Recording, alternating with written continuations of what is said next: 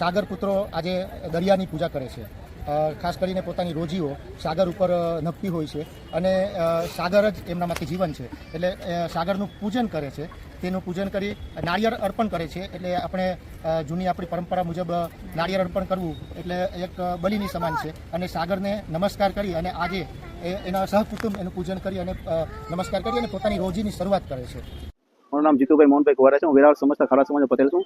વર્ષોની પરંપરાગત જે રક્ષાબંધન આવે નાળિયેર પૂનમ ત્યારે ખારવા સમાજના ઘરે ઘરથી દરિયાદેવની પૂજા થાય છે અને દરિયાદેવને પ્રાર્થના કરવામાં આવે છે કે રત્નાકર સાગર આખું વર્ષ જે માછીમારના દીકરાઓ અમે સાગર પુત્ર કહેવાય એટલે માછીમાર દીકરાઓ જે આખું વર્ષ દરિયામાં ફિશિંગ કરવા જાય એટલે એના પતારમાંથી જે માછીમારની રોજીરોટી મળી રહે એની પ્રાર્થના કરે છે. અને વર્ષોની પરંપરાગત ખારવા સમાજ સમગ્ર સમાજ વતી અને સમગ્ર ગુજરાતના માછીમારો વતી પૂજા અર્ચના કરી અને સમગ્ર લોકોને સુખ શાંતિ અને ધંધા રોજીરોટીમાં બરકત મળે એવી રત્નાકર સાગરને પ્રાર્થના કરે છે અને આ વર્ષોની પરંપરાગત ચાલી આવે છે.